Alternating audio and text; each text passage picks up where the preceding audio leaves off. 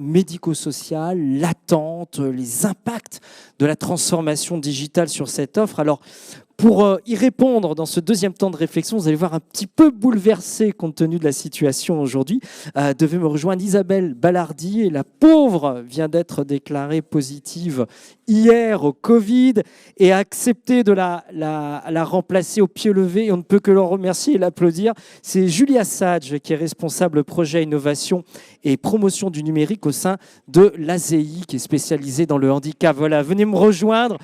Pour vous qui arrivez vraiment à la débeauté pour remplacer votre collègue. Également présent avec nous, il a réussi à venir depuis Paris avec l'avion et sans le Covid. Mathieu Faure, qui est directeur projet médico-social au sein du ministère de la Santé et des Solidarités. Éric Ginestet, qui est directeur de la stratégie, la transformation au MIPI. Il va venir nous rejoindre. Voilà le MIPI. C'est un acteur qui est connu des établissements de santé, puisque vous êtes hébergeur de données de santé. Vous êtes également éditeur de logiciels avec des agences à Toulouse, Amiens, Reims, Bordeaux, plus de 650 collaborateurs. Et alors après, le Covid a encore fait des victimes malheureusement autour de cette table, puisque Maël Paillard, qui est responsable de l'action sociale à la CARSAT de Midi-Pyrénées, vient de nous appeler ce matin pour nous dire qu'il était positif. Sans effet, heureusement, sur sa santé, mais malgré tout, il ne peut pas être des nôtres cet après-midi. Céline Floquet, qui est directrice du développement et de la communication à l'UMT Mutualité Terre-Doc, vient de nous appeler il y a une heure aussi. Elle ne peut pas venir autour de cette table ronde. Et nous avons rattrapé in extremis, comme quoi les miracles existent toujours, même quand la situation semble désespérée.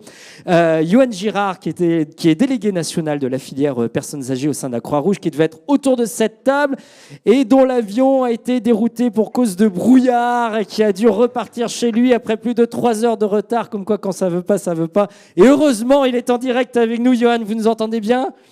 Je vous entends parfaitement. Ah, voilà. On est... Visiblement, je n'étais pas dans le même avion que Mathieu Faure.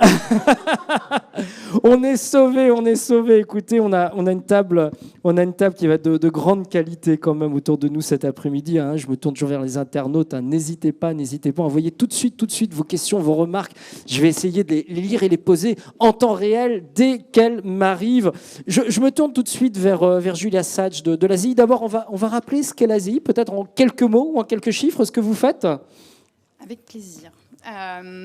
Bonjour à tous et à toutes. Alors l'ASEI, c'est ASEI, qui veut dire agir, soigner, éduquer, inclure. Donc c'est un bon résumé de nos champs d'action. Concrètement, on est un organisme, une association gestionnaire d'établissements de santé. Donc on a 2 établissements sanitaires, c'est un peu à la marge de notre activité, et on a un peu plus d'une centaine d'établissements médico-sociaux. Donc ça fait à peu près 3500 salariés, un peu plus de 10 000 personnes accompagnées chaque année. Aujourd'hui, on accueille des personnes en situation de handicap et de fragilité à tout âge de la vie. Donc on a des établissements pour la toute petite enfance, pour les enfants, les adolescents, les adultes et les personnes âgées. Combien de personnes accueillies? Combien de personnes pour s'en occuper? 3500 salariés, 10 000 personnes accueillies. 3500 salariés, 10 000 personnes accueillies avec des établissements donc, en Occitanie, en Nouvelle-Aquitaine, en Île-de-France également pour quelques-uns. Isabelle Ballardy, qui est directrice qualité, avec qui je préparais cette table ronde, me disait avec beaucoup de sincérité, on a le sentiment, dans le médico-social, parfois d'avoir pris un peu de retard en matière de digital, parce que ce n'est pas non plus forcément notre culture dans le médico-social. Est-ce que vous partagez cette opinion? Oui, tout à fait. Alors effectivement, si on fait un petit pas en arrière, un petit bond en arrière, il y a 20 ans, dans le médico-social, les outils numériques étaient quasiment exclusivement utilisés par les professionnels de l'administration, les administratifs, les gestionnaires, et très peu finalement par les professionnels de terrain. En 20 ans, ça a beaucoup évolué. Alors, je vous le disais ce matin, quand on en a échangé rapidement, je pense qu'il y a quelques éléments de contexte, notamment pour les gens qui connaissent peu ou pas bien le secteur médico-social, qui sont importants à avoir en tête pour comprendre finalement qu'est-ce qui s'est passé et pourquoi aujourd'hui les professionnels du soin et de l'accompagnement se sont saisis du numérique au-delà du Covid. Le premier élément de contexte qui est hyper important, c'est ce qu'on appelle le virage inclusif. Donc, depuis 20 ans, le secteur médico-social a beaucoup évolué. Là où, dans les années 2000, avant les années 2000, on trouvait des institutions avec des personnes qui étaient alors pas enfermés, on n'était pas là, mais en tout cas, voilà, dans un établissement pris en charge, accompagné par une équipe de proximité. Aujourd'hui, on va de plus en plus vers des services qui ont pour objectif de permettre à la personne en situation de handicap de rester dans un secteur ordinaire, autant que c'est possible, que ce soit un enfant d'aller dans l'école ordinaire et donc de rester dans son milieu familial, ou un adulte qui va pouvoir rester à domicile avec un accompagnement adapté et aller travailler dans la journée en ESAT, par exemple. Ces nouvelles modalités d'accompagnement avec les services, les accueils séquentiels, ils ont largement impacté la façon de travailler des professionnels, puisque travailler à distance, ça nécessite d'avoir des outils. Ça nécessite aussi de coordonner son activité avec des acteurs du secteur sanitaire, de l'éducation nationale, de l'aide sociale à l'enfance, du secteur de l'emploi accompagné. Donc c'est vrai qu'on a des collaborateurs qui sont très variés, et donc du coup il y a des nécessités d'avoir des outils pour cette collaboration. Et j'oublie un acteur important, qui sont les familles, qui sont aussi des acteurs avec lesquels il va falloir qu'on travaille. Premier élément de contexte, j'en donne un deuxième. Allez-y, c'est bien de le rappeler. Un deuxième qui est important aussi, c'est tout ce qui va être en lien avec la loi de 2002, qui est important dans le secteur du handicap. Cette loi, elle avait pour objet principal de pouvoir affirmer, de permettre d'affirmer le droit des personnes accompagnées à prendre part à leur projet de soins, d'accompagnement, à leur projet de vie au global. Quand on est en situation de handicap, exprimer ce que l'on souhaite pour sa vie, pour son accompagnement, ça ne peut pas toujours se faire à l'oral. Et donc, ça va nécessiter des adaptations qui peuvent être des adaptations techniques, qui peuvent être aussi des développements de logiciels qui vont permettre d'autres formes de communication. On parle beaucoup en ce moment de communication alternative améliorée. Pour donner un exemple précis, je suis en situation de handicap cognitif, j'ai un polyhandicap. Au lieu de parler avec du texte, je vais pouvoir m'exprimer avec des pictogrammes. Et les outils numériques, là, ici, peuvent aussi répondre à des besoins de terrain, à des besoins pratiques. Alors là-dessus, Covid, bien sûr, avec explosion des usages numériques. Et finalement, cette période, elle a permis aux professionnels d'accélérer en fait toutes ces choses qui se mettaient déjà en place. Et elle a aussi révélé nos difficultés, nos limites par rapport à l'utilisation de ces outils. Et donc, pour revenir sur ce que je pense Isabelle Ballardy vous disait, entre il y a 20 ans, on n'a pas du tout d'outils numériques, et aujourd'hui, on en a un besoin prégnant. Forcément, il y a du chemin à parcourir. Vous dites à un juste titre cette loi de 2002 qui est un changement important de logiciel dans le monde du handicap, où le handicapé est regardé quelque part de manière différente, plus comme un individu autonome, inclusif, que ce soit dans l'enseignement, que ce soit dans sa vie de tous les jours, et donc la nécessité tout d'un coup d'être en coordination avec des acteurs hors les murs du champ médical. Et ça impose d'avoir des outils digitaux de communication. Ceci dit, la loi de 2002, c'était il y a 20 ans maintenant, et on voit en 20 ans le chemin parcouru ou non parcouru par le médico-social. Une des autres spécificités peut-être du monde médico-social, alors vous allez agréer ou me contredire là-dessus, c'est peut-être, contrairement à l'hôpital, cette culture de l'oralité. On a une grande culture de l'oralité, on s'explique les choses à l'oral, et peut-être pas par écrit. Et les mauvaises langues iraient même jusqu'à dire on n'a pas envie d'écrire forcément, parce que écrire, c'est d'écrire ce qu'est une personne, c'est peut-être écrire des choses qu'on ne voudrait pas écrire sur une personne handicapée, c'est de mettre par écrit des choses qu'on préfère qui restent entre nous. Il y a tout ça aussi qui existe en termes de culture dans le médico-social et qui a peut-être freiné l'arrivée d'outils numériques qui, eux, impliquent d'écrire. Et quand on écrit, on prend la responsabilité de ce qu'on écrit. Alors, merci. C'est hyper intéressant, je trouve, comme remarque. Alors oui, bien sûr, la culture de l'oral, c'est quelque chose d'hyper important dans notre secteur. Alors moi, je suis pas trop pour écouter les mauvaises langues. Je pense qu'il y a des facteurs explicatifs. Effectivement, c'est une différence avec le secteur sanitaire. Il y a au moins deux points d'explication, je pense, qui sont importants. D'abord, dans le secteur sanitaire, on va relever des constantes. On va écrire, la tension, elle est de temps, la glycémie, elle est de temps. C'est peut-être un peu plus simple que de décrire le comportement, les troubles du comportement d'une personne, les relations qu'il peut avoir avec sa famille, des dysfonctionnements qu'il peut y avoir, dans son attitude à l'école, etc. D'autant que j'ai envie de dire, dans le secteur sanitaire ou médical, on va avoir des conséquences qui vont être corporelles, sur la santé de la personne, alors que là, on a des conséquences médico-sociales qui peuvent influer sur un éducateur, un juge pour enfants, des droits d'accès ou pas à la personne derrière. Les conséquences sont importantes de ce qu'on écrit. Oui, donc... Allez-y, je vais vous parler, Eric Juste Linestin. quand même.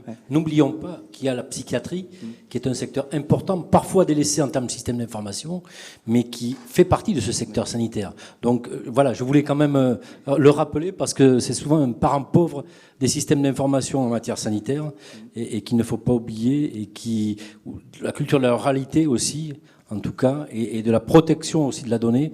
Je pense qu'on en parlera aussi, des données de santé, est importante. Voilà, mais il n'y a pas que le médico-social où il y a aussi cette culture. Et effectivement, la psychiatrie, le handicap, on inclut la totalité, vous faites bien de le rappeler, dans cette question du médico-social derrière et de la culture de l'oralité.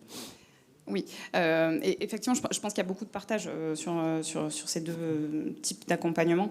Un autre élément, alors peut-être partagé avec la psychiatrie, je ne sais pas, vous me direz, sur cette culture de l'oral, c'est ce qu'il faut avoir en tête aussi, c'est que les professionnels du secteur médico-social sont pas tous des professionnels qui ont un bac+5, qui ont fait des longues études. On a un niveau de recrutement qui est parfois avant le bac, et donc du coup...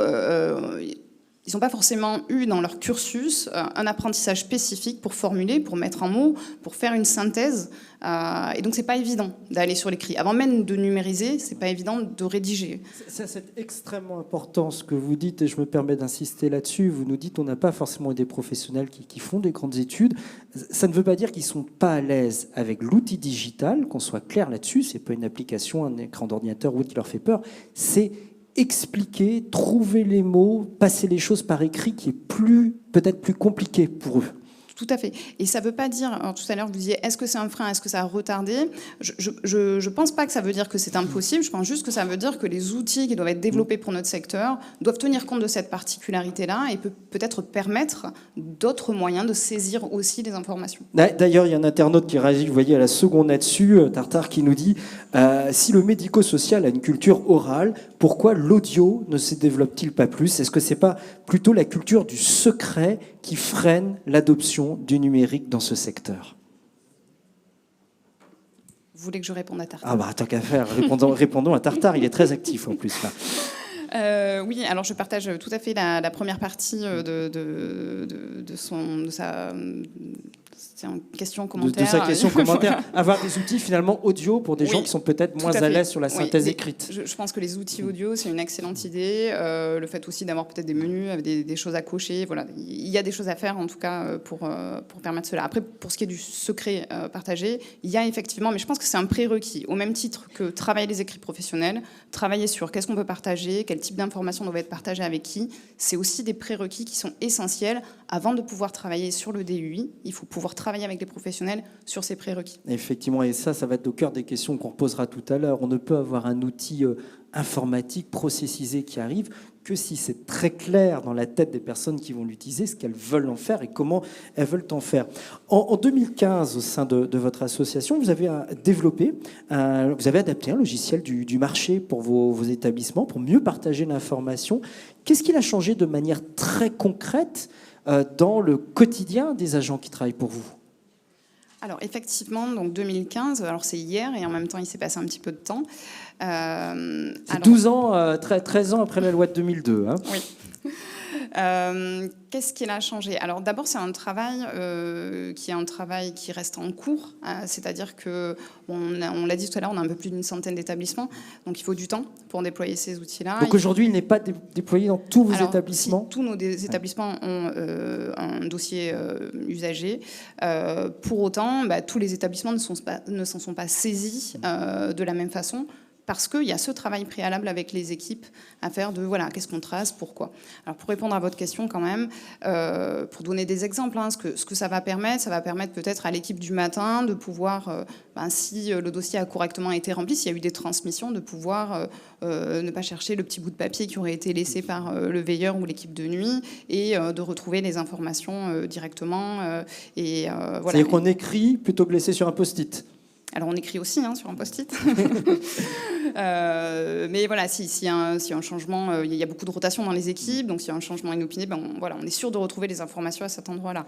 Un autre élément qui est important, c'est le remplissage du projet personnel d'accompagnement, qui du coup va pouvoir être rempli par plusieurs professionnels, et donc du coup va pouvoir être partagé. Ouais. Au niveau, est-ce que ça veut dire qu'à partir du moment où on écrit, comment la diffusion de l'information est plus processisée, entre guillemets, entre équipes. Vous êtes sûr que l'information va arriver aux bonnes personnes, au bon moment, elle est distribuée plus facilement, plus librement? Je ne crois pas que l'outil informatique, que l'outil numérique à lui tout seul fasse ça. Je crois que là-dessus, on va être sur les mêmes critères de réussite qu'avec les post-it. Il faut que tout le monde soit au courant de où est l'information. C'est-à-dire que si on a tracé un endroit dans le logiciel mais que les autres ne le savent pas, ou qu'on ne partage pas, qu'on n'a pas le même langage dans ce qui est écrit, ça ne fonctionnera pas. Donc ce n'est pas juste l'outil qui permet ça. Je pense que c'est plus le travail sur le processus avec les équipes. Ouais. Johan Girard, je me tourne vers vous, pour vous qui êtes délégué national de la filière personnes âgées au sein de la Croix-Rouge. Il y a beaucoup de choses qui sont dites depuis le début de cette table ronde. Effectivement, c'est pas tout de dire on va passer au numérique, mais il faut qu'il y ait la culture qui vienne. Est-ce que la culture spécifique du médico-social n'a pas, alors Tartare nous dit freiner en tout cas l'adoption des outils numériques, en tout cas a des spécificités qui font que les outils numériques dans le médico-social ne vont pas se développer, par exemple, comme dans un CHU ou un hôpital? Merci de me donner la parole. Je ne sais pas si c'est sous cet angle-là qu'il faut le prendre, en tout cas en termes de culture médico-sociale. Je pense qu'il faut parler d'identité professionnelle, c'est-à-dire aussi bien dans le sanitaire que le médico-social. Évidemment, l'aspect du numérique a été bien plus prégnant historiquement et en temporalité dans le secteur sanitaire, donc on a un recul différent. Mais sur la notion d'identité, c'est tout simplement qu'on forme des professionnels aux soins, au sens cure et care du terme. Et au final, leur essence même, c'est le contact à l'autre, le contact charnel. Et de passer d'un contact charnel, incarné, comme on pourrait dire, à un contact par un intermédiaire d'une tyrannie écranique, si je peux utiliser ce terme-là, peut perturber les identités professionnelles. Et je pense que la résistance ou les difficultés, elle est beaucoup plus inconsciente peut-être par rapport à cette identité. Voilà, ça c'est pour faire un petit lien par rapport effectivement à ce que vous venez d'expliquer, d'exposer dans l'échange, si je peux me permettre un complément. Ouais, je me retourne à nouveau vers Julia Saad, justement, pour rebondir là-dessus. Alors, Isabelle Ballardy me disait, quand vous aviez commencé à développer ce logiciel, d'abord, quelque part, on a l'impression que chaque établissement réagit un peu différemment, parce que chaque établissement a son équipe. Et Johan Girard nous rappelait bien cette notion d'humanité et d'identité. Et chaque équipe soignante a sa manière de voir les choses.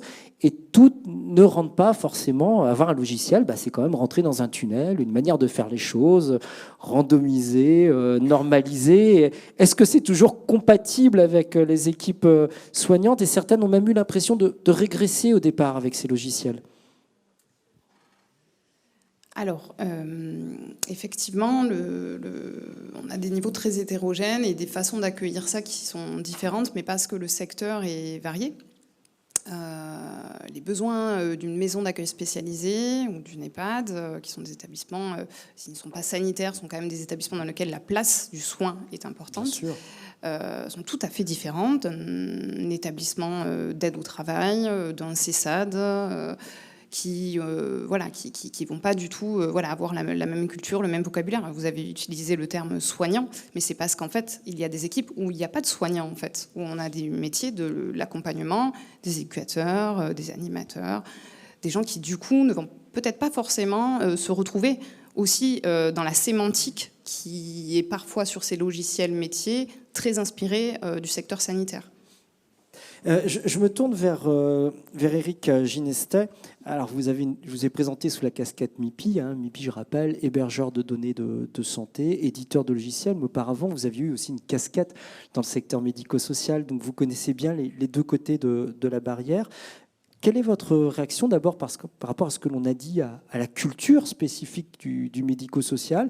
Est-ce que l'on doit, finalement, on ne doit pas développer un logiciel de la même manière dans un établissement hospitalier où on a des protocoles de soins très normés, écrits, qui sont censés être les mêmes d'un établissement à l'autre, et dans des établissements médico-sociaux où ce ne sont pas les mêmes populations de soignants ou d'accompagnateurs, ce ne sont pas les mêmes populations qui sont accueillies, pas les mêmes finalités, et où il y a ce côté charnel, rappelait Johan Girard, qui charnel, c'est pas du digital. Oui, alors... Oui, moi j'entends totalement cette notion d'identité professionnelle. Je partage avec vous cet avis.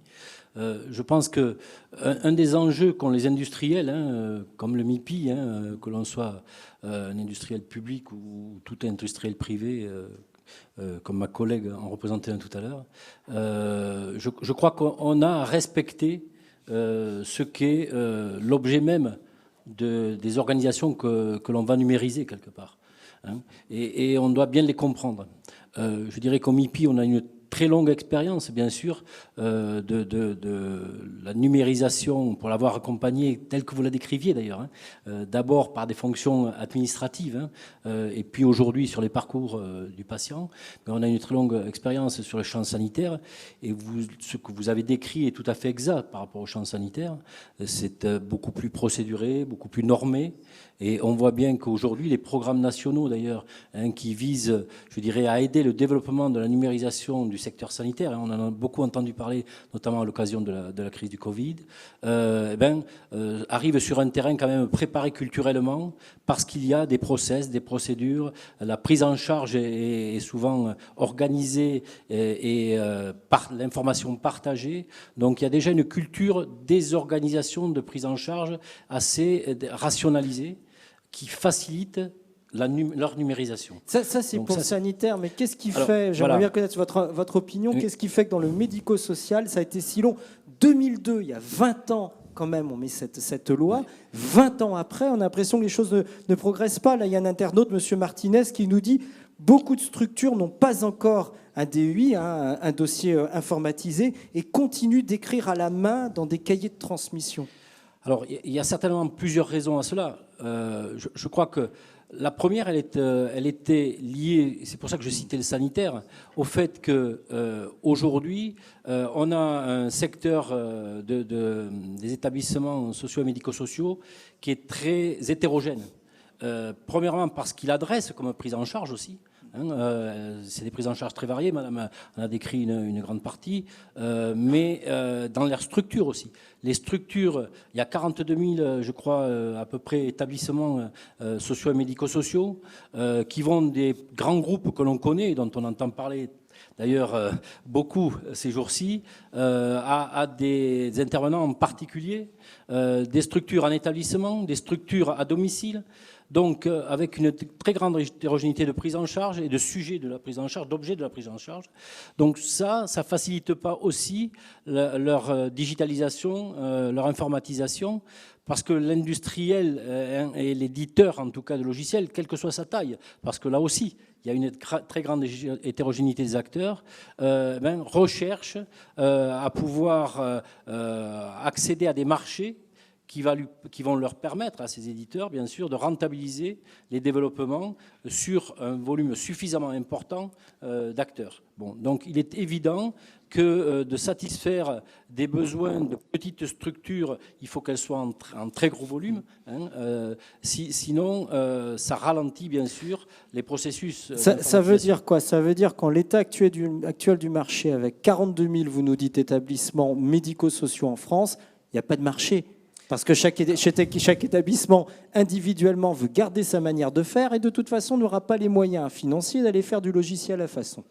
Alors justement, je crois que ce qu'on observe en tout cas, et c'est peut-être aussi l'objet même du programme SMS numérique, c'est d'aider à la rationalisation, d'aider à la numérisation du moins de certaines fonctions de ces établissements ou acteurs, parce qu'on a bien vu que ce n'est pas que des établissements, au sens, je dirais, où parfois ça repose sur très peu de personnes. Donc je pense qu'il y a aussi le fait de s'inscrire dans une acculturation aux objets informatiques, à l'informatisation des processus de prise en charge, qui va prendre plus de temps, qui prend plus de temps, par la diversité des solutions apportées. Mais ça veut dire quoi à terme? S'il y a une seule manière de s'en sortir, c'est quand même de proposer quelque part des formes de logiciels standardisés à tout le monde et de faire rentrer quand même ces acteurs dans le moule si on veut vraiment les digitaliser. Sinon, on va continuer avec le serpent qui se mord la queue. Je crois que c'est une rencontre. C'est-à-dire que d'un côté, pour les structures, il faudra admettre et renoncer à l'attente du mouton à 5 pattes, de la solution idéale vers laquelle on veut aller. Et certainement pour les éditeurs aussi à apporter de l'agilité dans leurs solutions. Mais ça suppose autre chose. Et c'est peut-être là aussi un autre frein que je voulais signaler quand même. C'est-à-dire, ça suppose quoi alors? Ça suppose aussi que c'est aller l'un vers l'autre. C'est-à-dire que quand on informatise une organisation, à la fois il faut que certainement l'éditeur, bien sûr, ait la compréhension, l'écoute suffisante pour savoir apporter les bonnes solutions, mais c'est aussi aux structures qui sont en demande de savoir accepter et renoncer quelque part à trop de spécificité. Voilà. Donc c'est une rencontre, je le dis, et qui s'accompagne. Voilà. Choisir, c'est renoncer. Julia Sage. Vous sentiez que j'avais envie de commenter. Allez-y. Alors effectivement, c'est une rencontre. Je pense qu'il y a quand même quelque chose qui est important, c'est que l'outil, même s'il est génial et qu'il répondait à toutes les spécificités, je pense que ça ne suffirait pas et que nos établissements ont besoin d'autre chose. Ils ont besoin d'outils. On ne peut pas remplir un dossier si on n'a pas d'ordinateur. Ils ont besoin de réseau. On a quand même des établissements qui sont parfois dans des zones rurales où quand on lance une visio, il n'y a plus rien qui marche. Donc ça, c'est quand même un élément de contexte à prendre en compte aussi. Et les acteurs ont besoin de formation. C'est-à-dire, alors tout à l'heure, on a parlé de la culture de l'écrit. Il y a aussi besoin de formation d'un point de vue sensibilisation, utilisation du numérique, mais aussi de formation avec de la montée en compétences techniques pour l'utilisation du numérique. On a besoin, les établissements ont besoin d'outils, ils ont besoin de réseaux, ils ont besoin de formation. Donc ça veut dire aussi qu'ils ont besoin d'argent. Et ça tombe bien parce que pour ça, on a l'État. Et l'État est présent autour de nous sur cette table ronde via la présence de Mathieu Faure. Mathieu Faure, que fait l'État pour faire du réseau, acheter des ordinateurs et la formation et l'accompagnement au changement? Waouh, parfait, merci beaucoup. Je ne vais pas vous cacher que j'ai un petit peu peur là, quand vous êtes tourné vers moi. Je dis, pour l'argent, pas de souci, il y a Mathieu Faure qui va vous faire un chèque là, maintenant. Et voilà. Alors, que fait l'État? Hervé Pingot, tout à l'heure, introduisait la première table ronde par un rapport, le fameux rapport Libaud. Forcément, dans la e-santé, on ne peut pas, ne pas citer un autre rapport, qui est forcément le rapport Pont, de 2018. Et ce rapport Pont, il dit quoi? Il dit que la e-santé, en France, je vais reprendre ces termes, c'est le bordel. C'est pas de moi, voilà, Dominique Pont. Et en gros, qu'est-ce qu'on a? Il prend souvent cette image que j'aime beaucoup, en fait, celle du bidonville. Et de se dire, finalement, c'est quoi un bidonville? Il n'y a pas d'infrastructure, en fait, vraiment, dédiée, normale. Par contre, de temps en temps, il y a des très belles cathédrales. Du coup, en fait, le MIPI, ça fait 20 ans, 30 ans qu'il existe, voilà, qui fonctionne déjà très très bien. Il y a déjà des structures qui faisaient déjà de l'innovation avant. Le rapport ne dit pas qu'il n'y a rien en e-santé. Il y a des écoles d'ingénieurs en fait, qui font de la formation. Mais in fine, derrière, il y a quand même pas mal de petites initiatives qui vivotent, qui ne ressemblent pas à grand-chose, des belles cathédrales qui fonctionnent, mais qui ont du mal parfois à communiquer avec les autres. Et l'État, il reprend son rôle. Et dans le médico-social, juste pour être sur la spécificité du médico-social par rapport à la e-santé qui est globale et qui va inclure le sanitaire et les hôpitaux, les 42 000 établissements médico-sociaux où on sent que c'est un bordel, pour reprendre votre expression, c'est le bout du bidonville vu la spécificité? Alors, d'une certaine façon, oui, mais pas en le voyant comme il n'y a rien qui se passe. C'est pas vrai. C'est le bout du bidonville si on le prend en termes d'appui et de réglementation. L'État, du coup, a tout simplement dit au médico-social pendant très longtemps un petit peu débrouillez-vous. Donc il n'y avait pas forcément du coup en fait d'appui financier, tout simplement, du coup en fait sur ces éléments-là, et il n'y avait pas de réglementation non plus. Voilà. Et je pense que ces deux éléments, en complément de ce que viennent de me dire en fait mes deux comparses de la table ronde sur pourquoi le médico-social a pris du retard, c'est que déjà il n'y a pas forcément besoin d'avoir ces usages au préalable. On parlait tout à l'heure du coup du sanitaire.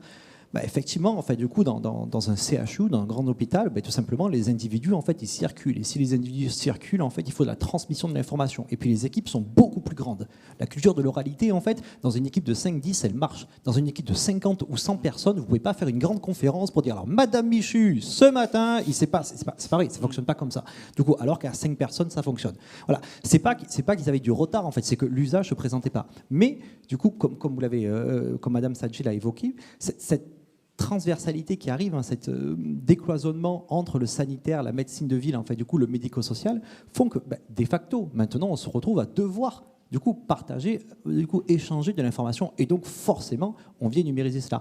Et donc, l'État reprend son rôle, notamment, alors je ne vais pas vous refaire en fait toute l'histoire de la maison, blablabla, mais avec à la fois un grand programme d'investissement, SMS numérique, à peu près 600 millions du coup d'euros, mais également du coup des exigences du coup logicielles, c'est-à-dire tout simplement à partir de maintenant, voilà, que ce soit tant pour les éditeurs que pour les établissements, voilà ce qu'il faut faire pour un socle de base en système d'information. Parce que jusqu'à présent, il n'y avait même pas d'exigence, tant pour les établissements que pour les éditeurs, d'avoir des exigences. Alors, bien sûr, pour les hébergeurs de données de santé, oui, mais je dis spécifique au médico-social, je m'adresse. Et ce qui est intéressant sur ça, c'est que notamment ces exigences, ça a été fait par une rencontre. Ces exigences, c'est pas nous l'État, en fait, du coup, c'est pas Mathieu Faure dans son bureau qui dit alors à partir de maintenant, ça va communiquer comme ceci. Ça change de l'État, ça. Voilà, non.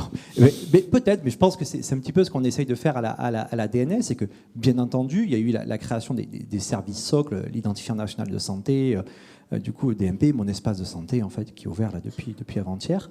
Mais pour le médico-social, pour les exigences du coup éditeur, on a mis autour de la table les éditeurs, les fédérations, en fait, du coup, l'établissement, des usagers, dire c'est quoi les fonctionnalités de base. Parce que même s'il y a une immense diversité du coup des acteurs, on a découpé le champ comme il est à son habitude en sous-champs, donc typiquement personnes âgées, personnes en situation du coup de handicap, petite enfance, voilà, les différents champs du coup du médico-social. On s'en dit c'est quoi les fonctionnalités de base dont vous avez tous besoin. Et in fine, quand on est un EHPAD, d'un petit groupe, d'un grand groupe associatif, privé lucratif ou autre, vous vous retrouvez sur quelques fonctionnalités. Vous vous retrouvez sur à l'accueil comment ça se passe, quelles sont les informations que j'ai besoin de passer, lorsque du coup quelqu'un revient de l'hôpital ou autre. Et c'est sur ces exigences de base qu'on arrivait à se retrouver pour les poser enfin du coup dans les solutions de logiciels afin qu'elles répondent aux besoins et aux pratiques professionnelles, afin que les exigences répondent du coup en fait et s'inscrivent dans les pratiques. J'insiste, mais c'est très important pour nous. Si l'outil n'est pas pensé avec les usagers pour que demain, dans ma pratique, effectivement, moi, si j'ai plus à cliquer ça ou à rentrer ça ou à renseigner à la main, mais qu'avec 2-3 boutons, en fait, ça se fasse automatiquement, alors là, je l'adopterai et pas l'inverse. L'État va accompagner financièrement à cette numérisation des 42 000, on le rappelle, établissements médico-sociaux en France, mais vous dites avec des exigences. Compte tenu de la structure de ces établissements médico-sociaux, de l'atomisation de beaucoup d'entre eux, on dit qu'il n'y a pas forcément de DSI, de responsable informatique dans tous les établissements. Tout le monde n'a pas 3500 collaborateurs comme la SI, avec quelqu'un chargé de la promotion du numérique ou chargé de la qualité ou autre. Est-ce qu'en face, ça va obliger les établissements à s'organiser de manière différente? Est-ce que si je gère comme mon petit EHPAD intercommunal, par exemple, où je n'ai pas non plus une direction qui est pléthorique avec des moyens pléthoriques, je peux répondre seul aux exigences de l'État ou est-ce que je suis obligé d'aller chercher du recours ailleurs? Alors, c'est un peu comme cela qu'a été conçu le programme SMS numérique. Alors déjà, les exigences, je parle donc les fameux DSR, c'est des exigences logicielles, du coup, qu'on doit devoir respecter les éditeurs logiciels. Par contre, pour effectivement participer à ce programme SMS numérique, nous, on s'est posé la question, qu'est-ce qu'on fait? Est-ce qu'on reçoit les 40 000 en fait, du coup, établissements qui nous envoient leur candidature? Non. Pourquoi? Si on fait ça, c'est pour pousser ce que nous, on appelle la maturité des systèmes d'information. C'est pour que ces établissements, de petit à petit, comprennent en fait, du coup, le rôle, de l'importance en fait, du coup, du système d'information et s'équipent. Et on le sait, que le médico-social, à l'heure actuelle, pour les petites structures, en fait, ne sont tout simplement du coup, pas financés, pas calibrés pour avoir un DSI, un responsable informatique. Et donc, nous leur demandons du coup, de se regrouper, de faire des grappes, en fait. Et donc, ces fameuses grappes de 15 structures du coup au minimum, je ne vais pas rentrer ensuite en fait, du coup, dans les détails, vont permettre à 15 établissements de se retrouver autour d'un programme en fait, du coup, partagé qui disent finalement, seul moi je ne peux pas, je n'y arriverai pas, mais ensemble, du coup, derrière, on va pouvoir y répondre. Et c'est vraiment toute cette optique où on veut aller pour accompagner le secteur. L'idée, c'est pas de se dire on abandonne les tout petits, mais c'est au contraire de se dire si les petits, en fait, du coup, on veut qu'ils aient également la même maturité que peuvent avoir des grands en fait, du coup, du secteur, alors on va les aider à se regrouper, à mutualiser, à partager des compétences, des connaissances pour réussir cette transformation. Éric Ginesta, c'était la condition sine qua non pour vous en tant qu'éditeur de logiciels d'y aller, c'est-à-dire de ne pas avoir 42 000 acteurs grosso modo en face de vous, mais avoir des grappes, avoir un cadre que donne l'État, avoir des obligations, une forme de cahier des charges obligatoire pour chaque établissement s'il veut aller de l'avant dans la numérisation. Oui, parce que la mutualisation, de toute façon, elle rend accessible des moyens que l'on ne peut pas avoir individuellement. Donc, vous l'avez dit, sur les DSI, là, on a deux acteurs importants, un national avec la Croix-Rouge et avec des moyens, je dirais, qui ne correspondent pas à la grande majorité des structures. Bon, donc, obligatoirement, je pense que le système des grappes, il y a un peu le pendant, mais de manière beaucoup plus dirigée dans le cadre hospitalier, puisqu'on avait vu les groupements hospitaliers de territoire, avec une obligation de convergence vers des solutions uniques. Donc, vous voyez, un peu un miroir de quelque chose en plus qui n'est pas facile à mettre en place. C'était le regroupement, par exemple, dans le Tarn, de Castres, Albi et des hôpitaux un peu tout autour, qui avaient Gaillac, Groyer, etc. Voilà. Donc, on voit bien que ce parcours n'est pas simple. Là, il y a la volonté qui est laissée aux établissements, l'initiative qui est laissée aux établissements de se constituer en grappe. Les éditeurs ont à favoriser en tout cas ce travail-là, mais ça permet d'accéder à des ressources et à des dispositifs qui certainement rendront accessibles des solutions. Moi, je voulais juste insister quand même sur un plan, parce qu'on parle des DSI, il faut aussi parler des ressources en sécurité des systèmes d'information, qui aujourd'hui, on a beaucoup parlé du patient, du rapport au patient, de données, on parle de la culture de l'oralité, mais tout ça, derrière ça, il y a de la confidentialité de la donnée, il y a du secret médical, bien évidemment, et tout ça, il faut le préserver. Mais pour autant, il faut le numériser parce que le numérique va apporter des avantages. Mais il faut le sécuriser. On va en reparler justement des aspects techniques de sécurisation de données. Mais en restant d'abord sur ce pacte que propose l'État finalement, on vous aide, mais c'est donnant-donnant. En face, vous y allez à plusieurs et quelque part, vous vous organisez. Je voudrais avoir les réactions là-dessus de nos deux grands établissements à côté de nous. Peut-être Johan Girard, d'abord à la Croix-Rouge, par rapport à cette nouvelle demande, si vous voulez, de l'État, d'avoir un cahier d'exigences, un cahier des charges, des exigences, avec des points d'exigence auprès de chaque établissement.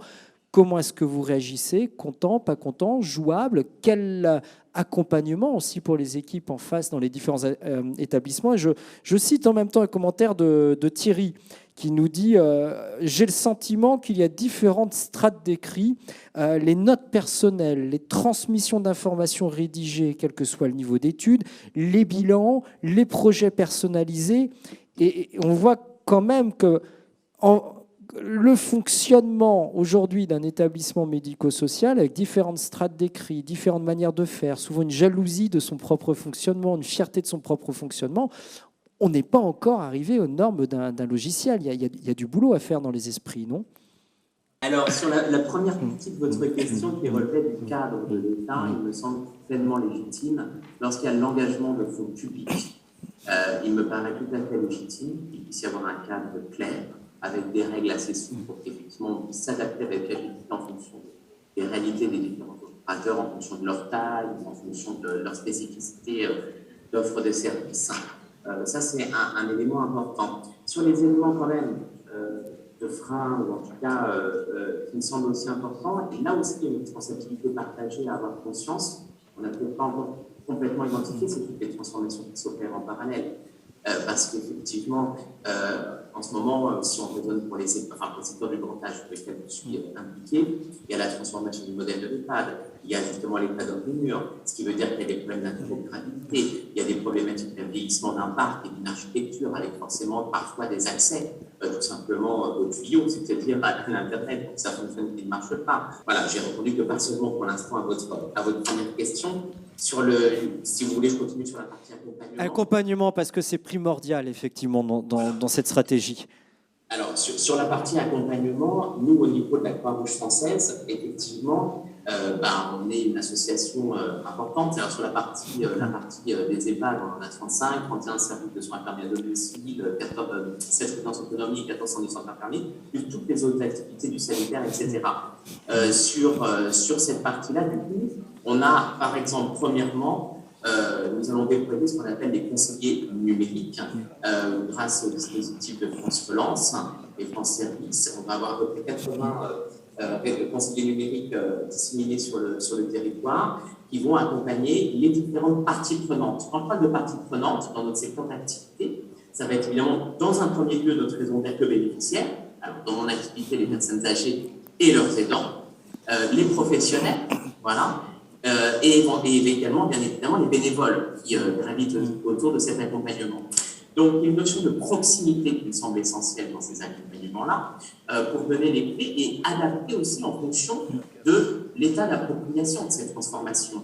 Une personne qui ne sait pas utiliser, tout simplement, allumer un ordinateur ou une tablette, ça existe encore et c'est pas grave, c'est un constat, jusqu'au grade à des personnes qui savent utiliser tout ça, mais qui ont encore des problématiques, peut-être d'utilisation d'applications, de liens entre différents logiciels, des choses un peu plus complexes. Et donc, il faut qu'il y ait une graduation de personnalisation de cet accompagnement de manière la plus adaptée. Voilà, à ce niveau, au niveau des conseillers numériques. Après, on déploie d'autres plans d'action. Si je raisonne plus pour la filière personnes âgées, c'est aussi nommé en local, à ISO, dans un modèle économique contraint, notre activité, parce qu'on a un statut associatif, donc on a très peu de marge de manœuvre, c'est de pouvoir identifier les talents dans les structures et leur proposer d'être référents numériques, une forme d'ambassadeur pour essayer aussi, dans les outils qu'on va déployer, de pouvoir acculturer l'ensemble des collègues, des personnes accompagnées, etc., pour porter différents ateliers numériques, digitaux, soit dans la pratique professionnelle avec les SMétiers, soit simplement dans les outils déployés auprès des personnes accompagnées. Julia, j'aimerais bien aussi avoir votre avis là-dessus. Extrêmement important ce que nous rappelle Yoann Girard, quelque part, l'outil informatique, le manque d'ordinateur ou autre, le besoin de numériser, c'est une chose. J'ai envie de dire, à l'entendre, c'est l'accompagnement au changement, financièrement ou en volume horaire, est quasiment aussi important que le changement technique, que l'achat de matériel. Oui, tout à fait. C'est-à-dire qu'au-delà de former à l'utilisation des outils, il y a effectivement accompagner les équipes. Alors pour l'instant, on a parlé d'outils numériques, on a beaucoup parlé du dossier de la personne accompagnée, mais finalement, c'est pas la seule pratique en termes de numérique. Il y a aussi toutes les pratiques qui sont en lien avec les pratiques de soins et d'accompagnement. Par exemple ? Alors, tout ce qui va permettre de soigner à distance, donc tout ce qui est des activités de télésanté, de soigner, de rééduquer, d'accompagner à distance, toute l'utilisation des outils de coordination dont on a parlé tout à l'heure, mais aussi tout ce qui va permettre la participation de la personne accompagnée, son autodétermination à travers, tout à l'heure je vous disais, les logiciels qui vont permettre à des personnes qui ne verbalisent pas de communiquer. Il va y avoir aussi tout ce qui est outil qui va permettre l'inclusion scolaire, tout ce qui va permettre la communication avec la famille, voilà, donc c'est assez varié. Là, on est vraiment au cœur. Alors tout à l'heure, je crois que vous en parliez, vous disiez le numérique peut éloigner, on est loin de la culture, et en fait, au final, quand on pense autre chose que le dossier individuel de la personne accompagnée, et qu'on pense aux outils numériques qui servent à l'accompagnement et aux soins, là, on se rapproche du cœur de métier des professionnels. Et les professionnels qui veulent développer des projets avec ces outils-là, parce que ça fait partie de leur mission, parce que c'est valorisant aussi, il faut leur proposer un accompagnement.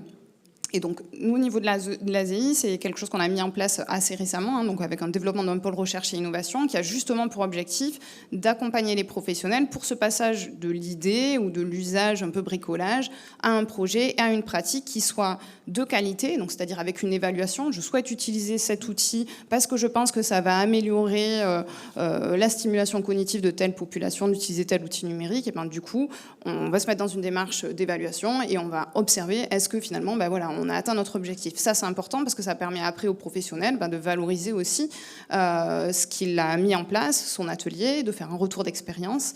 Et donc voilà, donc la notion d'accompagnement, elle est pour permettre le passage de l'idée au projet, elle est pour permettre de faire en sorte que ces pratiques elles soient de qualité et aussi d'être vigilant à tout l'aspect éthique parce que le numérique, alors on en a parlé un petit peu sur la table ronde précédente, un des risques aussi, c'est étant donné que l'accessibilité au numérique elle est encore tout à fait hétérogène, c'est de creuser des barrières, soit parce que le handicap ne va pas permettre d'accéder à l'outil numérique, soit parce que la famille qui accompagne aussi, qui a une partie prenante importante, n'a pas d'outils à la maison. Donc voilà, il y a cette dimension d'accompagnement des projets pour essayer de garantir un service qui soit de qualité et le plus éthique possible.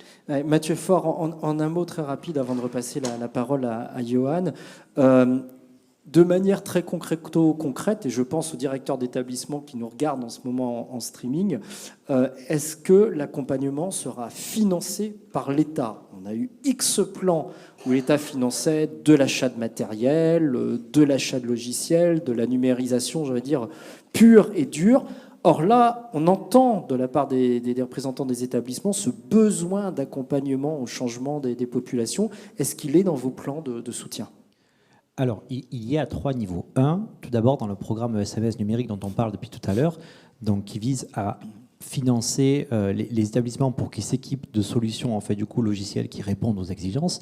Il y a également un volet financier sur l'accompagnement. Tout simplement, c'est son nom, donc qui vise justement que les équipes puissent se former, en fait du coup se structurer, s'organiser. Et donc il y a une enveloppe financière qui leur est dédiée.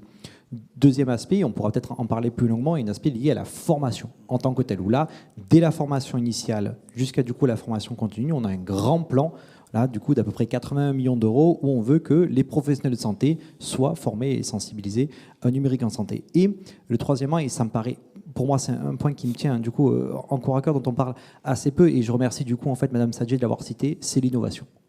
Vous avez parlé du coup d'autres pratiques. Je pense qu'il faut aussi enfin regarder le médico-social comme un terrain en fait du coup d'innovation et pas attendre que ça vienne du coup d'ailleurs. Et donc il y a également un grand programme pour dire mais vous avez des idées concrètes, on va vous aider à les développer et à les faire émerger sur le marché. Oh là, vous me faites un lien tout droit tracé vers Yohann Girard en face de nous. Vous parliez tout à l'heure, Mathieu Faure, de bordel ou de bidonville. Le bordel, ça peut être joyeux. Le bidonville, ça peut être joyeux aussi. Et c'est peut-être une des autres spécificités du secteur médico-social par rapport à l'hospitalier ou le sanitaire pur, entre guillemets. C'est cette capacité d'innovation. Tout à l'heure, vous disiez, Julia Sage, une application, par exemple, cognitive, peut être très importante pour un accompagnant par rapport à un patient qu'on a besoin, et elle est utile tous les jours. C'est peut-être plus vrai, j'ai envie de dire, que dans l'hospitalier pur et dur, où tout de suite on va remettre les choses en cause, on va prendre ça comme du gadget par rapport à un bel équipement, un beau scanner ou un bel IRM.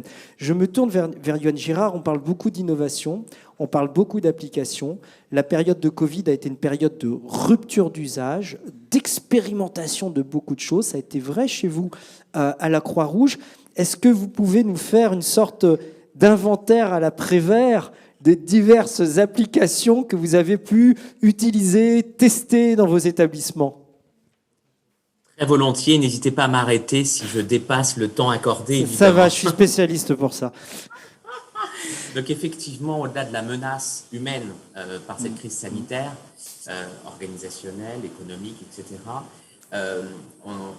il y a eu un effet d'opportunité relatif justement à des situations humaines qui étaient questionnantes d'un point de vue éthique. L'enfermement pour protéger les personnes, notamment sur le secteur du grand âge, lié à leur fragilité, mais voilà, on ne va pas ouvrir le débat là-dessus, mais en tout cas, c'était des conséquences. Et moi, ça m'a alerté de manière évidente, évidemment, et qu'il fallait essayer de trouver des solutions les plus rapides pour limiter l'impact. Vous m'entendez ? Alors, on a un tout petit problème de son, apparemment dû à votre micro quand vous parlez. On va essayer de... Et là, est-ce que c'est bon ? Ah, là, c'est si beaucoup mieux quand vous approchez. Voilà. Alors, pardonnez-moi, vous aurez le droit à un gros plan.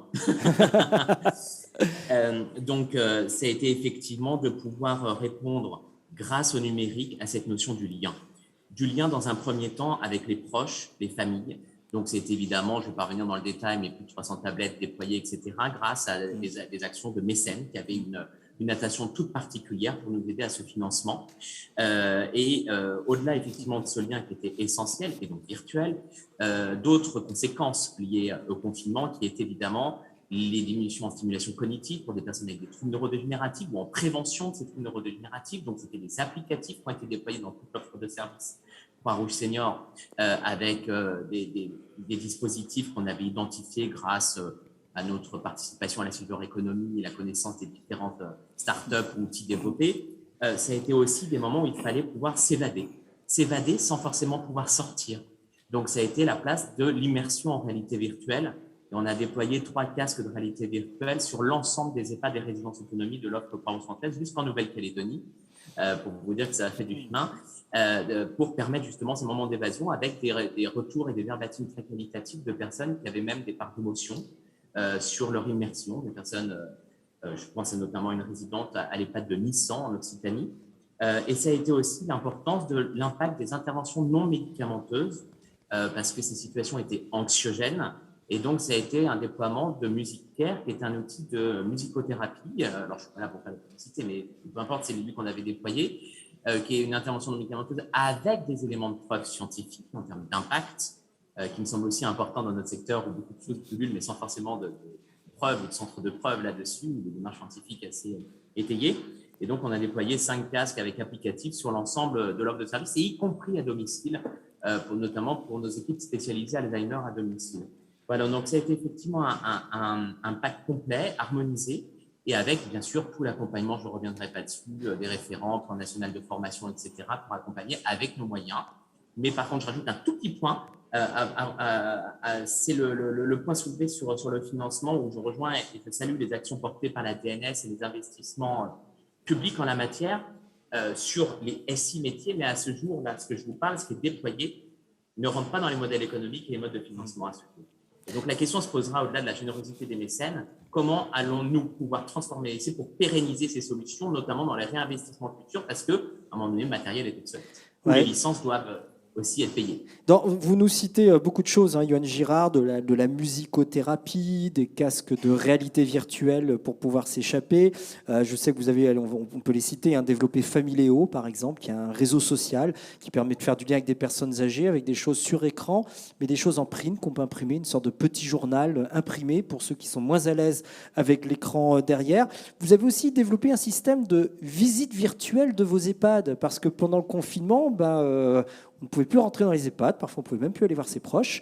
On ne peut pas accueillir non plus facilement de nouvelles familles qui veulent y amener leurs parents, leurs grands-parents. Qu'est-ce que vous avez fait très concrètement en matière de réalité virtuelle là-dessus ?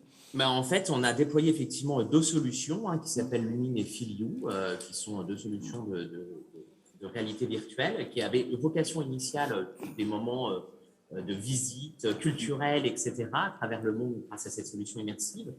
Et lorsqu'un protocole est sorti disant que les admissions d'EHPAD pouvaient reprendre, mais sans visite, je me suis dit, c'est juste pas possible.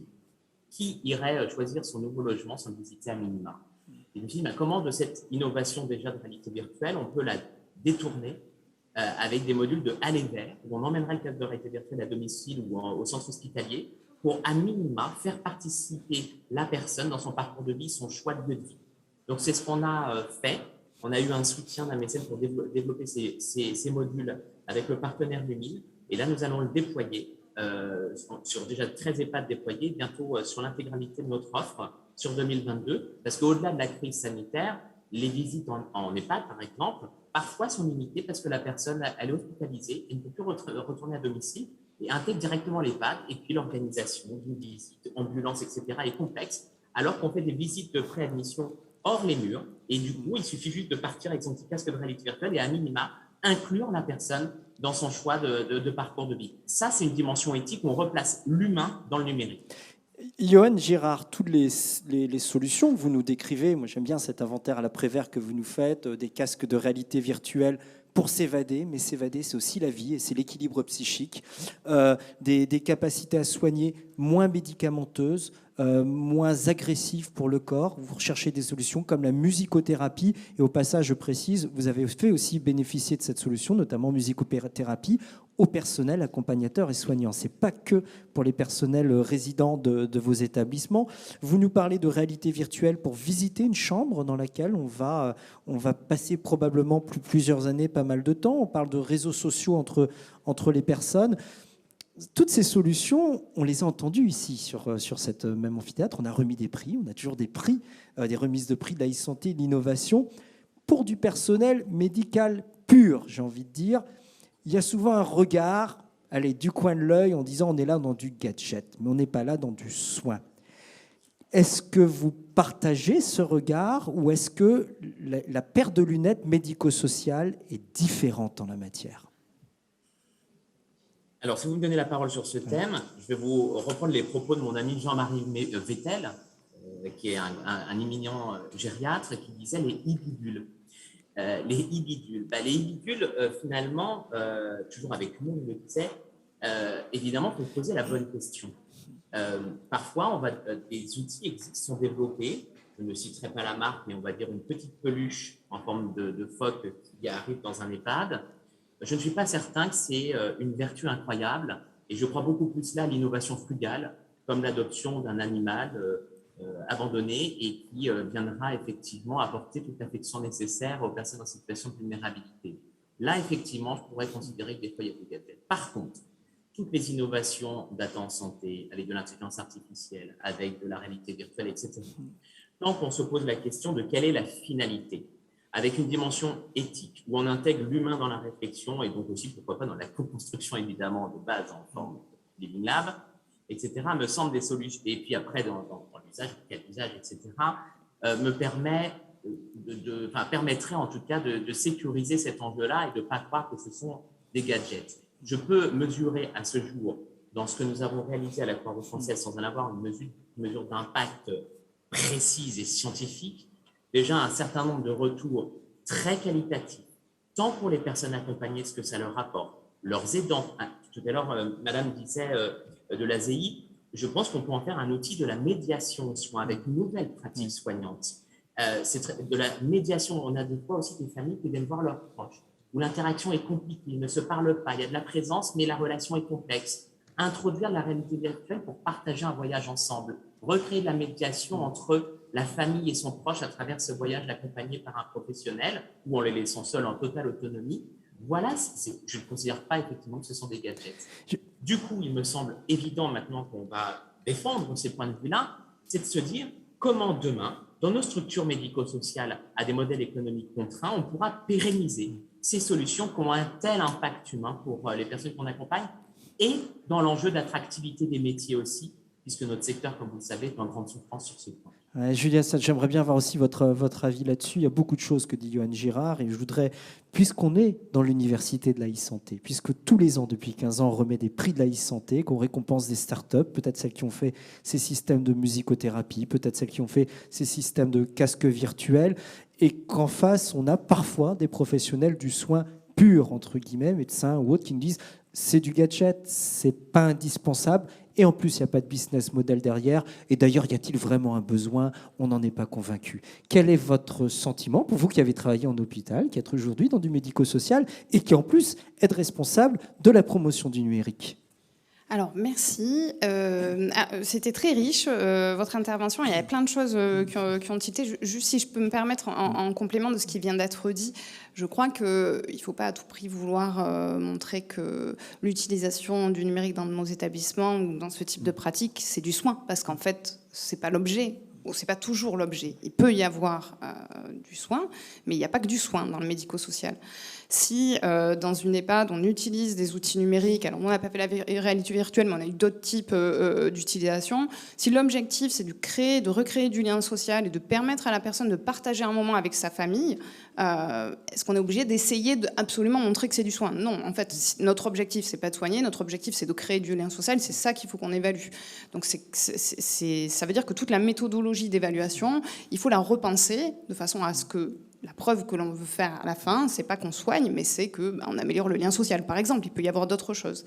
Donc voilà, je crois que l'importance de comment on évalue, et vous l'avez souligné, je partage tout à fait ce point de vue, elle est vraiment centrale, c'est comment on accompagne nos porteurs de projets dans les établissements, nos acteurs, à se poser, en fait, pour se dire, tiens, j'ai cette pratique, à quoi elle sert ? J'essaye pas de me caler sur le modèle médical, sur le modèle de la recherche médicale. Nous, on va tout simplement essayer de se dire, j'ai tel objectif, comment j'évalue que je l'atteins et comment je vais pouvoir valoriser ça auprès des autres acteurs. Il va falloir évaluer les sourires des patients ou des personnes quand elles se sentent bien. Ça se fait. Nous sur un outil qu'on a utilisé avec les personnes en situation de handicap, un des marqueurs, un des indicateurs, c'était le nombre de sourires pendant la séance. Une très belle évaluation. Mathieu Faure, rapidement. Johan Girard et puis Julia Sage nous font faire quelque part un pas de côté aussi sur cette notion du numérique dans le médico-social. On a beaucoup parlé de dossiers patients, de manière de relier les gens, de systèmes d'information, mais ils nous disent aussi tous les deux, ces applications qui peuvent sembler gadgets au départ sont des applications utiles pour nous, utiles pour les personnes dans nos établissements et vers lesquelles il n'y a pas forcément de business model parce que ce n'est pas une priorité. Je pense que l'importance du médico-social et je pense le rôle primordial qu'il a à jouer, à l'inverse du coup du sanitaire, c'est que le médico-social il n'est pas forcément là pour le soigner, il est là pour prendre soin. C'est le fameux care.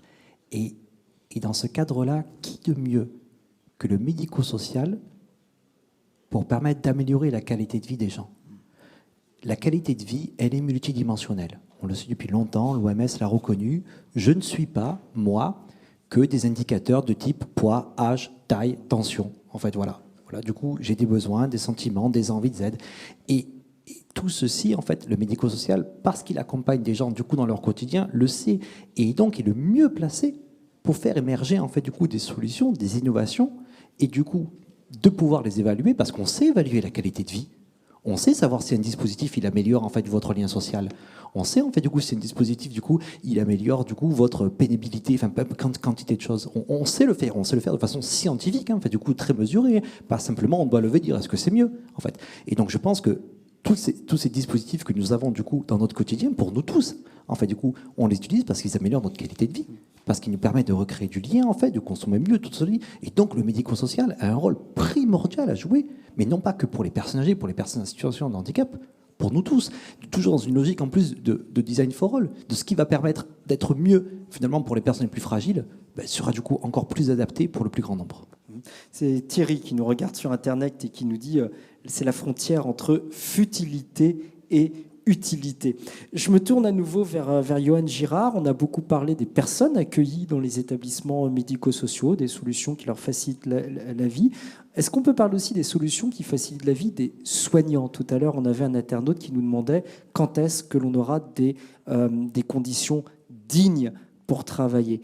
Vous travaillez, je le sais, vous à la Croix-Rouge aujourd'hui, sur une véritable innovation, alors très ambitieuse et à terme, d'utilisation de l'intelligence artificielle pour faciliter le travail ou la planification du travail des soignants. Est-ce que vous pouvez nous en dire un petit peu plus sur ce projet extrêmement ambitieux? Oui, je vais même le compléter parce qu'on le voit de l'actualité ou d'autres choses comme ça. La façon dont je vais exposer les choses pourrait être interprétée comme une forme d'organisation scientifique du travail, ce qui n'est absolument pas la finalité de ce projet-là, bien au contraire. On ne peut pas parler de bientraitance sans créer les conditions de travail optimales et de bien-être professionnel.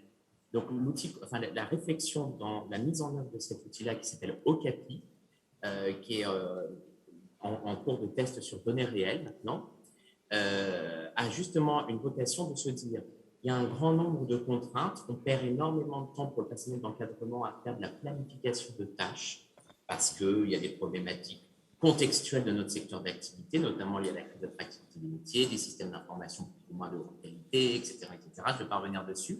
Et l'idée, c'est comment on va extraire toute la data existante, qu'elle soit de l'ordre relatif à la RH, aux ressources humaines, et la qualité de travail des personnes, donc des indicateurs relatifs à cela, et les données issues du système d'information métier, c'est-à-dire le dossier de soins, le dossier patient, le dossier résident, notamment sur ses besoins, au sens Maslow du terme, mais dépasser cela, parce que l'enjeu est là dans le secteur médico-social, c'est-à-dire répondre aux attentes, désirs, aspirations, et un minimum quand même, en termes de rythme de vie. Et on sait que notre secteur d'activité, malheureusement, pour plein d'autres raisons, a une tendance à organiser la vie des gens plutôt que d'adapter l'organisation de manière personnalisée malgré tous les efforts. Alors concrètement, vous voulez faire quoi? Et bien justement, ça c'était les éléments préambules pour comprendre de quoi on parle. Donc c'est cette data, elle est traitée, elle est nettoyée par un système de nettoyage des données. On la transforme dans une forme de logiciel qui permet en fonction des différentes contraintes et des variables d'ajustement du quotidien, une personne absente, 2 personnes absentes, les besoins de la personne, 3 personnes hospitalisées, 2 chambres vacantes, etc., etc. Et on pourra le projeter au domicile aussi demain. Il puisse y avoir une personnalisation de l'organisation en prenant en compte de manière alignée, et je dis bien alignée, les enjeux de personnalisation de l'accompagnement des personnes, des âgées ou des personnes dans des situations de handicap ou autres, et les enjeux de la réalité aussi de l'organisation du travail et de la qualité de vie au travail. Ce n'est plus possible dans notre secteur d'activité où on accompagne les personnes en situation de fragilité, qu'on crée des nouvelles vulnérabilités chez nos professionnels par des problèmes de qualité.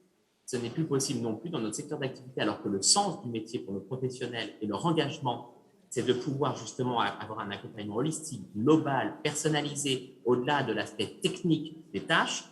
de leur imposer finalement des organisations taylorisées. Alors attendez, si je comprends bien, Johan Girard, ça veut dire que par exemple, Madame Durand, qui est hospitalisée dans un EHPAD, je sais que tous les lundis matins, elle a un rendez-vous à l'hôpital ou chez un spécialiste, donc elle n'est pas présente là. Le mercredi après-midi, elle a du monde qui vient la voir, donc elle a besoin d'un temps libre. Et à côté, la chambre d'à côté de Monsieur Dupont, il se passe ceci ou il se passe cela. Et mon intelligence artificielle va prendre tous ces paramètres, les horaires de dîner, les absences, les préférences d'horaires de coucher ou autres, pour derrière m'aligner le planning des soignants et des intervenants. C'est exactement cela. Et donc, du coup, plutôt que d'avoir un raisonnement organisationnel de tant de soignants par étage et chaque soignant fait tel étage, chambre 1, chambre 2, chambre 3, je ne dis pas que tout le monde fait ça, etc., mais c'est quelque chose d'assez historique dans le secteur d'activité, et bien justement de centrer notre attention sur les personnes accompagnées, mais de manière alignée avec les enjeux professionnels et QVT également. C'est une dynamique du sens, en fait, tout simplement, qu'il faut redonner dans nos activités, et c'est une forme d'humanisation de l'intelligence artificielle. Alors évidemment, première crainte, mais on va prendre le travail des cadres infirmiers, mais que veut dire les cadres infirmiers? Une angoisse soudaine apparaît? Absolument pas. Redonnons le sens au métier aussi de cadre de santé, qui va être plus près du management de proximité, de l'évaluation de la qualité des soins, de déployer des projets, d'accompagner les équipes justement en nouvelles solutions SI métiers, etc.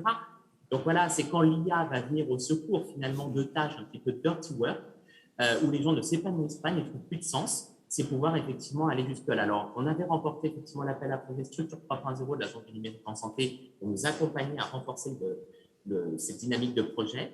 Là, nous testons en données réelles et puis on espère un avenir prometteur encore de développement sur cet outil.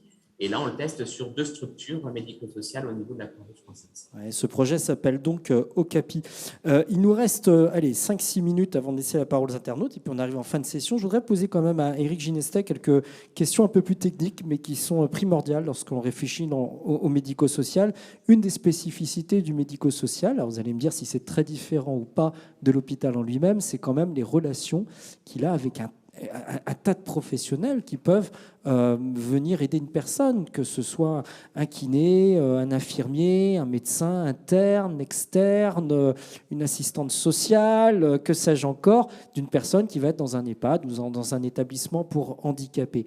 Qui dit personne extérieure, nécessité de transmission d'informations, dit complexité d'interopérabilité. Et il y a aussi ce paradoxe où aujourd'hui on demande aux établissements d'être extrêmement fort en termes de cybersécurité. Je rappelle que toutes les semaines, un hôpital se fait hacker ou attaquer en France. Alors, on leur demande d'être très forts, alors qu'ils n'ont pas forcément d'ailleurs de DSI, d'informaticien, quoi que ce soit, mais très forts pour se défendre, sinon ils perdent leurs données. Et d'un autre côté, d'être très ouverts dans l'idéal pour aller travailler avec des partenaires extérieurs. Comment est-ce que vous voyez, vous, en tant qu'industriel, la quadrature du cercle en la matière ? Tout à l'heure, vous avez cité les efforts qui sont faits aujourd'hui par l'État pour accompagner tant les établissements que les éditeurs. C'est justement les efforts qui sont faits vont dans le sens, je dirais, d'une rationalisation, d'une sécurisation, d'une intégration des règles d'interopérabilité,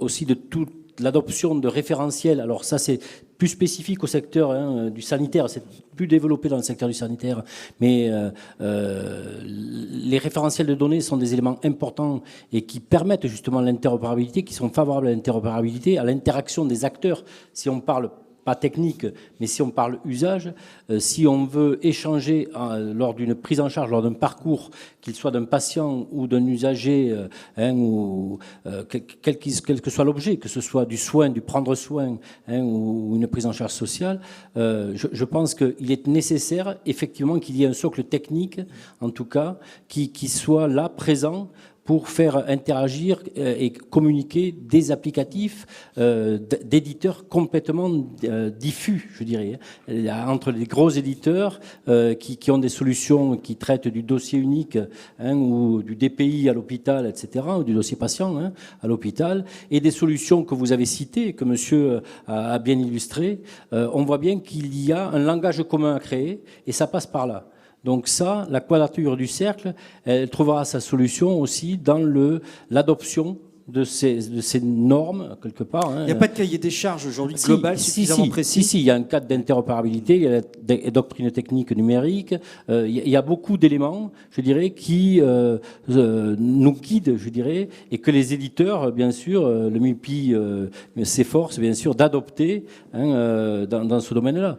Et dans le domaine de la sécurité, de la même manière, puisque vous l'avez dit, pour arriver à sécuriser les échanges, dans des systèmes de plus en plus ouverts, que l'on réclame de plus en plus ouverts, avec des acteurs très diffus, il faut pour autant sécuriser les systèmes d'information. Donc ça veut dire que là aussi, on a une forte responsabilité sur l'adoption de règles de sécurisation, et notamment traitant, on a une responsabilité éthique encore plus forte, puisqu'on traite de données de santé, souvent. Donc je pense que ce n'est pas de la donnée commerciale, c'est de la donnée de santé. Et de ce point de vue, le MIPI, on a été le premier, je dirais, hébergeur à être agréé et certifié HDS, hébergeur de données de santé. Donc c'est quelque chose qu'on ne doit pas ignorer. Et c'est vrai que ces efforts requièrent de la professionnalisation. C'est pour ça qu'on les atteint par de la mutualisation aussi, que ce soit des grappes dans le médico-social, que ce soit des GHT dans le milieu sanitaire. Après, je voudrais ne pas oublier des acteurs qui nous sont communs. C'est toute la médecine libérale aussi, que nous adressons sur les parcours et qui, elle aussi, doit se numériser. Ça s'accompagne, bien sûr. Il y a aujourd'hui de la messagerie sécurisée, par exemple, des outils comme ça, de la téléconsultation aussi, qui permet aussi à ces médecins libéraux ou de structures d'intervenir auprès des patients, soit dans les établissements, soit à domicile. Donc, tout ceci requiert que les éditeurs adoptent des règles qui sont définies, un cadre qui est défini, et en cela, on est aidé, bien sûr, par le Ségur du numérique et d'autres dispositifs. Ouais, des règles pour les éditeurs, mais effectivement des rassemblements nécessaires au niveau des établissements. Allez, 30 secondes chacun et 2 phrases pour un exercice à la fois difficile, mais plutôt agréable, je l'espère. Je vous donne une baguette magique demain. En matière de digital et de médico-social, quel est votre premier vœu que vous lancez? Allez, Éric Ginesta, puisque c'est vous qui avez le micro. Le premier vœu, c'est que les solutions numériques satisfassent l'objet même de ce que souhaitent les usagers. Voilà. C'était par exemple redonner du temps aux soignants et les recentrer sur leur cœur de métier. C'est en tout cas ce que nous, éditeurs, nous souhaitons, de la même manière dans tous les usages. Donc redonner du temps à l'usager pour ce qu'il recherche en premier. Mathieu Faure. Je pense que cette table ronde illustre assez bien que les planètes sont alignées. Vous avez réussi à prendre un éditeur, en fait, du coup, de responsable d'établissement, l'État. J'ai donc 2 vœux, si je peux me permettre. Un, qu'on continue cette dynamique-là, qu'on mène vraiment main dans la main et qu'on y associe en fait l'usager à cette dernière chaise. Voilà, qu'il soit présent en fait du coup avec nous pour la prochaine table ronde. Johan Girard, la baguette magique, pour faire quoi? Écoutez, j'ai toujours rêvé d'être Harry Potter, ça tombe bien. Le respect des équilibres humains et numériques dans les deux et pas d'effet balancier, d'avoir toujours une notion d'équilibre. L'humain apprécie beaucoup ces équilibres, comme l'homéostasie par exemple. L'autre point, c'est l'éthique au cœur de la pratique, de la conception, c'est-à-dire des concepteurs, jusqu'à l'usage, c'est-à-dire nous, acteurs de notre secteur d'activité. Et j'inclus évidemment les aidants aussi, qui pourraient aussi avoir des dérives non éthiques dans la pratique du numérique. Et puis aller un peu pieux, c'est effectivement de pouvoir faciliter encore plus de financement, on n'en a jamais assez. Ah, c'est vraiment Harry Potter, Johan Girard. Hein. D'un vœu, il le transforme en 3. Julia Sage. Alors, c'est un exercice pas facile. Moi, je trouve que c'est une grande responsabilité, la baguette magique. Alors, je ne sais pas si c'est un vœu, mais je vous l'ai dit quand on en a échangé. Il y a un point qui me semble hyper important, c'est que plus on numérise, plus on a des pratiques à distance, plus les professionnels de proximité sont importants, parce que si on fait de la télésanté, bien sûr c'est hyper important qu'on ait un médecin de l'autre côté, mais c'est hyper important qu'on ait une aide-soignante, une infirmière qui soit là pour préparer la session. On a une super tablette qui permet de faire de la communication alternative améliorée. Si on n'a pas un animateur, un AESH qui est là pour accompagner, ça a été dit dans la table ronde précédente, la personne dans cet usage, ça ne marchera pas. Alors mon vœu pieux, ce serait qu'on ait des professionnels et qu'on arrive à les valoriser pour qu'ils puissent... être acteur, hein. C'était un peu le mot-clé. Ouais. Merci à tous les 4 pour cette très très belle table ronde. Il nous reste Une petite dizaine de minutes. Il y a beaucoup de questions d'internautes qui sont arrivées. Je pense qu'il y aura aussi des questions dans la salle. Voilà, question de monsieur, on va vous apporter micro, etc. pour parler en attendant que ça se mette en place. Je pose une ou deux questions. Finalement, Thierry qui nous pose cette question-là, je la pose peut-être à Julien à mes côtés. Comment faire comprendre que le numérique peut permettre de créer du lien alors qu'on imagine plus facilement un isolement derrière les écrans ? Paradoxal pour beaucoup de gens. Alors merci Thierry. C'est ça la joie de la diffusion en direct sur Internet. On a toutes les questions qui nous arrivent. Hein. Je crois qu'il faut le vivre avec les personnes accompagnées. Il faut aller sur le terrain pour voir. C'est comme ça qu'on comprend. Pas sur un dossier, justement. Allez-y, on va vous poser une question. Allez-y. Alors, l'interprète en langue des signes vous allez nous la traduire. Ah, attendez, normalement, il marche le micro. Ah, voilà. si. Bonjour à tous. Merci d'avoir rendu accessible cet événement à nous, personnes sourdes. Je vais pas m'étaler sur le sujet, mais voilà, je suis un professionnel du numérique. Je suis médiateur numérique également au sein de la MDPH. Donc voilà, je peux avoir affaire à différents profils, différents professionnels, mais voilà, j'évolue dans tous les milieux. Du coup, dans le milieu du handicap, dans le milieu du sanitaire et social, je suis contente d'atterrir ici.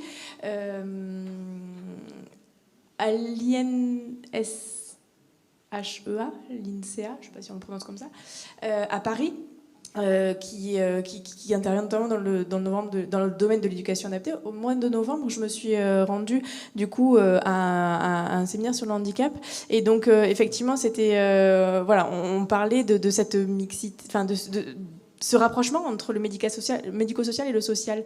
Vous parliez tout à l'heure de la participation de l'usager dans toutes ces démarches-là, et je pense que c'est vraiment une grande priorité. Il y a très peu de professionnels sourds, quels que soient les milieux. Alors il y a des pôles de santé accueillant des patients sourds de plus en plus, mais il y a des applications telles que Ovo ou autres, ou Skype, qui étaient utilisées dans des communications à distance en langue des signes, mais qui n'ont aucune garantie de sécurité des données, tout ça. Et voilà, les sourds, pendant longtemps, ont dû utiliser ces applications non sécurisées.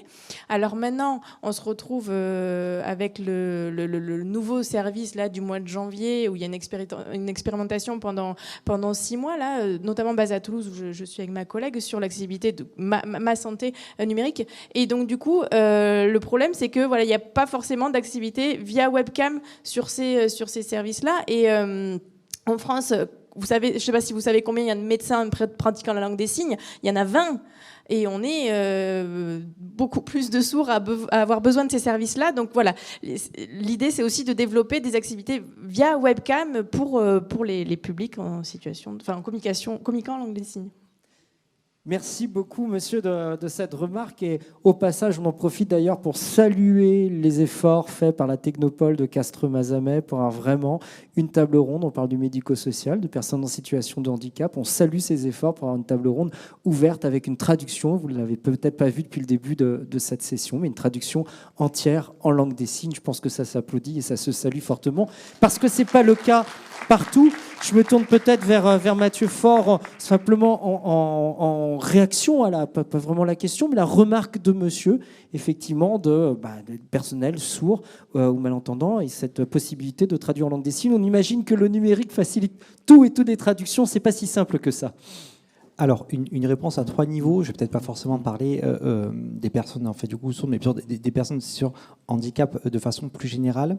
Dans le déploiement de nos services, et c'est vrai, notamment mon espace santé et derrière le store d'applications qu'il y a dedans, on pousse en fait des exigences d'accessibilité qui vont plus loin que ce que déjà fait le RGA pour que typiquement les différentes personnes selon la situation de handicap puissent accéder le plus possible, parce qu'on a une conviction, c'est que le numérique, enfin la santé numérique numérique, du coup, bien entendu, ne doit pas être un frein, mais au contraire, est généralement est déjà vécu en fait par ces personnes-là comme un accès facilitant, un outil facilitant l'accès aux soins. Et c'est souvent ce qu'on appelle les early adopters. C'est souvent des gens qui ont déjà pris le virage numérique il y a bien longtemps. Deuxièmement, sur les accès de la formation aussi, on sait que du coup, à cause du Covid, beaucoup de formations, notamment des professionnels de santé, a dû se faire du coup à distance, et avec tout un public, notamment du coup déficient visuel, qui est du coup beaucoup avec complexité. Ça s'est notamment vu chez les masseurs kinés. On a une vraie tradition du coup en France de masseurs kinés en fait du coup déficients visuels. Donc là, on a poussé pour que toutes ces formations-là, en fait du coup, notamment du numérique en santé, prennent en compte ces aspects. Et enfin, troisièmement, et j'arrêterai là, sur tous nos programmes du coup à l'heure actuelle d'expérimentation, du coup d'innovation pardon que l'on pousse, on souhaite que toutes les innovations que l'on finance soient expérimentées en fait du coup sur le terrain avec les cibles et donc forcément dans le médico-social avec des personnes âgées, des personnes en situation de handicap, bref des enfants ou autres. D'autres questions de remarques. Je regarde en même temps, j'ai un coup d'œil sur la salle pour voir s'il y a des bras qui se lèvent pour poser des questions. Il faut amener le micro. J'ai une remarque, il n'y a pas une question, mais pourquoi pas réagir dessus, peut-être pour Julia Sachs. Quelqu'un qui nous dit: la médiation par les jeux vidéo est un outil qui fonctionne pour les enfants afin de leur permettre de rentrer en relation et de les aider à organiser leurs pensées. Je ne sais pas si vous pouvez réagir là-dessus ou pas, mais on voit la diversité des outils qu'on peut utiliser dans le numérique. Oui, je ne peux que rebondir. Et effectivement, donc, du coup, sur notre bassin ramonvillois, donc Ramonville au sud de Toulouse, on a un gros bassin avec beaucoup d'enfants accueillis. Il y a des usages autour des jeux vidéo, à la fois parce que c'est vrai que ça a une dimension qui peut être rééducative, mais aussi parce que d'un point de vue participation sociale, c'est hyper intéressant. Alors, je parlais tout à l'heure des outils numériques au service de l'inclusion, mais ça fait partie des projets qu'on mène dans ce sens-là. Parce que voilà, jouer en ligne à des jeux vidéo, ça peut permettre à un enfant en situation de handicap de rencontrer un autre enfant qui est ailleurs, qui est peut-être pas en situation de handicap, et au final, peu importe. Et par un type de médiation qui est particulier en plus, et qui peut être plus facile pour certains enfants handicapés en difficulté relationnelle. Et qui peut permettre d'exprimer des compétences. Ouais. Allez, une toute dernière question qui est importante, ou un commentaire de Thierry, qui nous a vraiment regardé depuis le début de la journée. On le salue, Thierry, si tu nous écoutes toujours. Il faut cadrer le temps de préparation des professionnels en dehors des temps d'accompagnement. Comment est-ce que vous allez résoudre cette question? Peut-être au sein de TASEI, est-ce que vous avez vraiment des temps particuliers ou est-ce qu'on demande encore aux professionnels d'en faire plus et de se former alors qu'ils ont déjà X chambres ou X personnes dont il faut qu'ils s'occupent?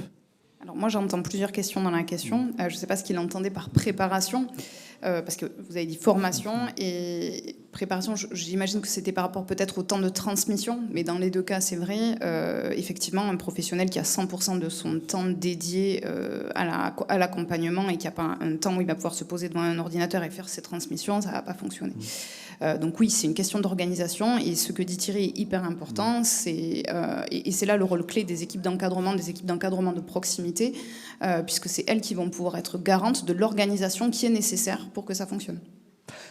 Merci beaucoup à tous les quatre, en tout cas de cette participation à cette table ronde. Merci, je vous laisse regagner vos places parce qu'on arrive déjà à la fin de cette session de Winter Camp. Je laisse regagner les places.